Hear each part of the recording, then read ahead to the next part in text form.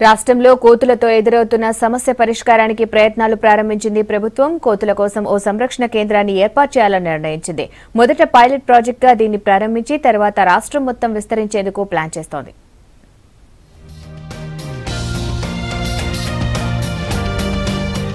కోతుల బెడద నుంచి విముక్తి కోసం వాటి కోసం ప్రత్యేకంగా సంరక్షణ పునరావాస కేంద్రాన్ని ఏర్పాటు చేయనుంది ప్రభుత్వం. కోతుల సమస్య ఎక్కువగా ఉన్న ఆదిలాబాద్ జిల్లాలో పైలట్ ప్రాజెక్టును స్టార్ట్ చేయనుంది. నిర్మల్కు దగ్గరలోని చించోలిలో రెస్క్యూ రీహాబిలిటేషన్ సెంటర్ స్థాపించనుంది.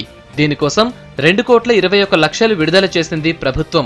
అడవుల సంఖ్యను పెంచేందుకు ప్రారంభించిన హరితహారం కార్యక్రమంలోని నిధుల్ని కోతుల సంరక్షణ కేంద్రానికిచ్చింది సర్కార్.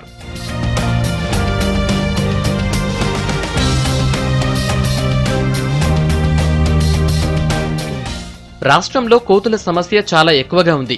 సీఎం కేసీఆర్ కూడా హరితహారం కార్యక్రమాల్లో ఈ విషయాన్ని ప్రస్తావించారు. గ్రామాలు పట్టణాలు అనే తేడా లేకుండా కోతులు ఇళ్లలోకి వచ్చేస్తున్నాయి. గ్రామాల్లో పంటలను నాశనం చేస్తున్నాయి. ఇళ్లు గుల్ల చేస్తున్నాయి. జనంపైన పడుతున్నాయి. కోతుల దాడిలో గాయపడి అనేక మంది ఆస్పత్రుల పాలైన ఘటనలు చాలానే ఉన్నాయి.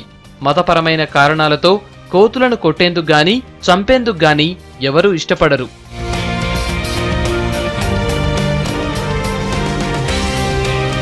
దీంతో వాటి సంఖ్య విపరీతంగా పెరిగిపోతోంది. కోతులు సృష్టిస్తున్న నష్టాన్ని దృష్టిలో పెట్టుకుని సంరక్షణ పునరావాస కేంద్రం ఏర్పాటుకు ఆమోదం తెలిపింది ప్రభుత్వం. చించోలిలో ఏర్పాటు చేసే ఈ రీహాబిలిటేషన్ సెంటర్లో కోతుల్ని సంరక్షించడంతో పాటు వాటికి సంతాన నియంత్రణ ఆపరేషన్లు కూడా చేస్తారు.